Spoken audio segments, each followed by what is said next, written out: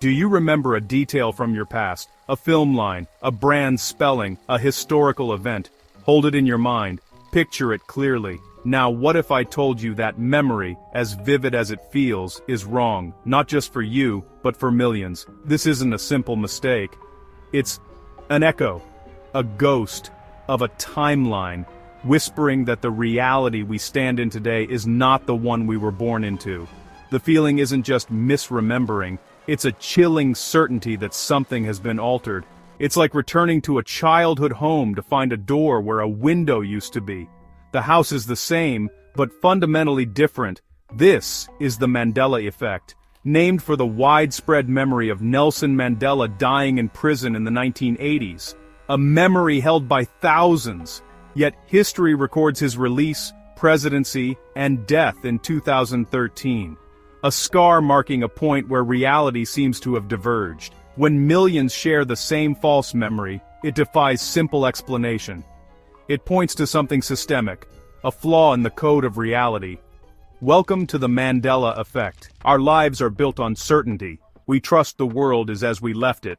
The sun rises, gravity holds us, the laws of physics remain. This predictability is our anchor, letting us navigate life with stability. We build our futures on the assumption that the past is fixed. Think of the simple things: a cereal box logo, a world map, a song lyric. These small truths bind us together, forming a consensus reality. We rarely question these details. Questioning them would mean questioning everything. Our minds crave pattern and consistency. We find comfort in the familiar. This shared reality is reinforced constantly through media, conversation, education. It creates a powerful illusion of a single objective truth. Without it, society might fracture. The world makes sense because we agree on the rules. The past is a settled country, its history written in stone. But what happens when that comfort is disturbed? It starts subtly. A nagging feeling that something is out of place. At first you dismiss it, but the feeling persists, whispering that the ground beneath your feet might not be so solid after all. The comfort of the known begins to unravel. It often starts with something trivial, like a children's book series, The Berenstain Bears. You remember it spelled with an E, Berenstein, but now every book is labeled Berenstain with an A. This is the first crack, a single letter, easy to dismiss. But the dissonance is undeniable, a crystal clear memory now contradicted by reality. Luke, I am your father. Now it's, no, I am your father. The Monopoly Man, didn't he have a monocle? He never did. Each discovery is another crack in your reality. The story is the same, but the details are all wrong. The Mandela Effect isn't just trivia, it's a challenge to the very nature of truth. Millions feel the same dissonance. The cracks are spreading.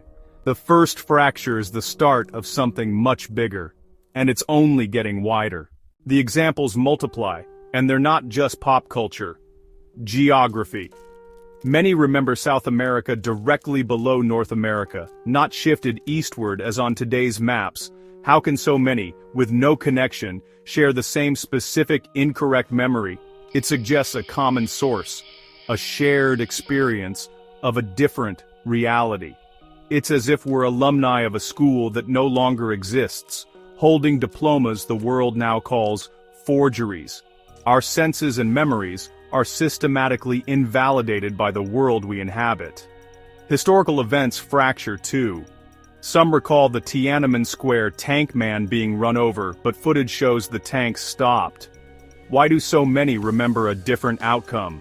Is it sensationalized memory, or a bleed-through from a darker timeline? The unease is rooted in this conflict between internal certainty and external evidence. The cracks are no longer just in trivia. They're in the very fabric of our shared history. What explains this phenomenon? The simplest theory: mass misremembering.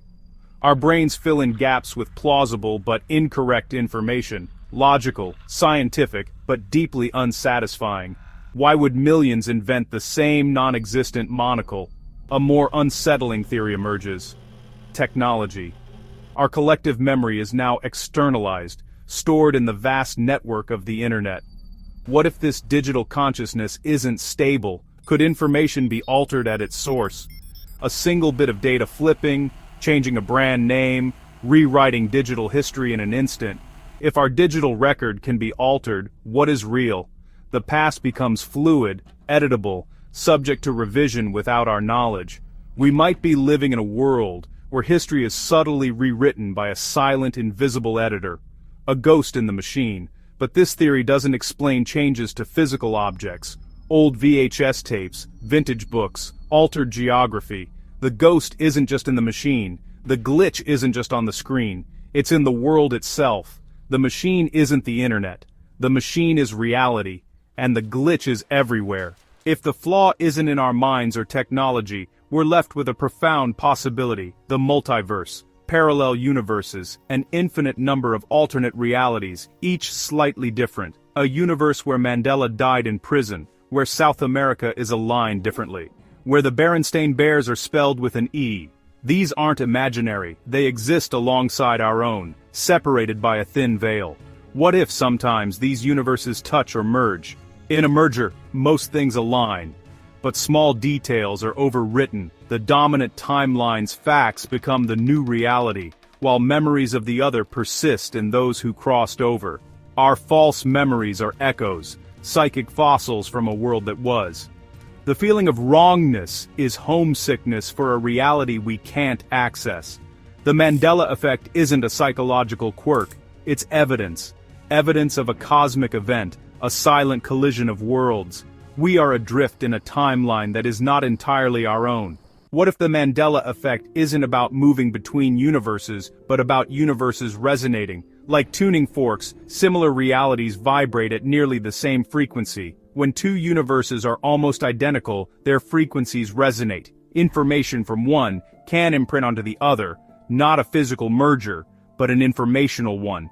The dominant reality's details overwrite the weaker's, like a strong radio signal drowning out a weaker one. This explains why the changes are so trivial. Major divergences wouldn't resonate. The Mandela Effect is the sound of universes tuning themselves, eliminating minor dissonances. The certainty we feel is a residual vibration from a reality that's been retuned. We're human tuning forks, still vibrating with the old frequency. The unease is the dissonance between our memory and the new reality. We're not crazy, we're just out of tune.